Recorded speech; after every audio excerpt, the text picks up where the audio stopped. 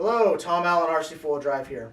Today we're just going to do a little quick tip in regards to thread lock and grease. Those are two things that are very important whenever it comes to assembling one of the RC4WD kits.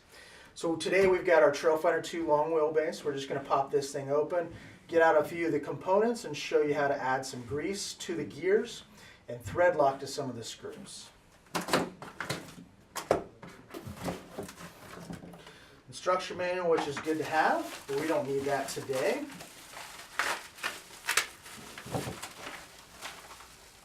I don't think we need anything from this. So here's the R32 Speed Transmission, along with the Yoda axle, front axle, and the hammer transfer case. Those are the three items that we're going to look at today and also work on. So here we're going to get the R32 Speed Transmission.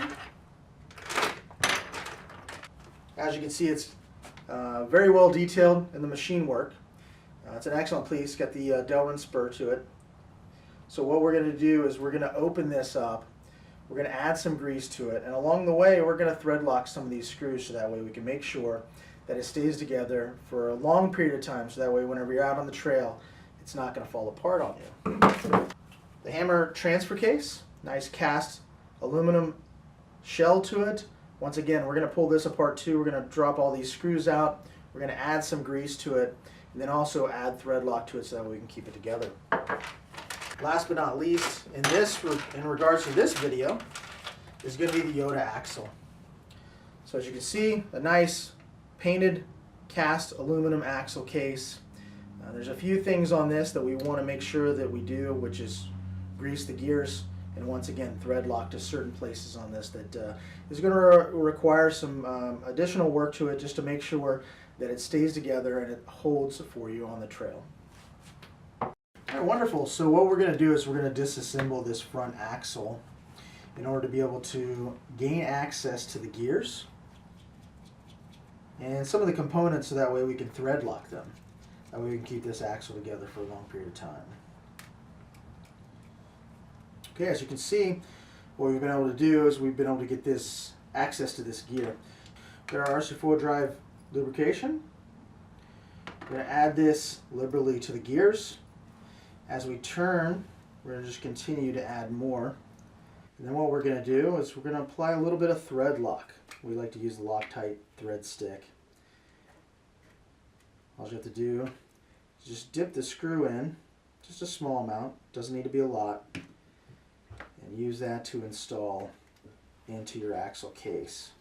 The other area that we're going to talk about today for thread lock are the knuckle screws. These are notorious for backing out whenever you're out there on the trail. So it's very easy. You don't have to take the whole knuckle apart. You don't have to take the top and bottom screw apart at the same time. Alright, so next up we've got our transfer case. We've already removed the screws for it so that way we can speed this up for you. As you can see, if you just work it slowly, you can open it right up and you can gain access to all the gears. You can see there is some lubrication in there, but once again, we want to add a little bit more lubrication to it. Add a little there, a little in here. You can see once you do that, all you have to do is rotate a little bit and you can start seeing that you're going to get that lubrication spinning around inside those gears, allowing it to have good surface coverage. Next step is going to be the thread lock.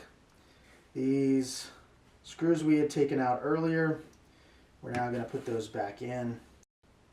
So nice and easy, not too hard, very simple. Alright, next up is going to be our R3 transmission. This is a 2-speed transmission, so it's got the locking mechanism in here to allow the 2-speed to engage. What we're going to do today is we're going to show you a little bit about thread lock and grease. So grease is one of those things that happens to be very helpful for you.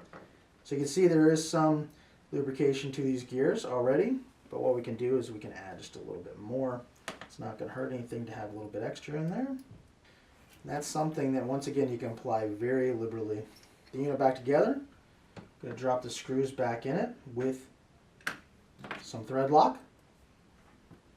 Once again, metal screw, metal part, thread lock allows you to keep it together for a lot longer period of time than without thread lock. So that's how we apply grease and thread lock to the RC4-wheel drive components that are already assembled.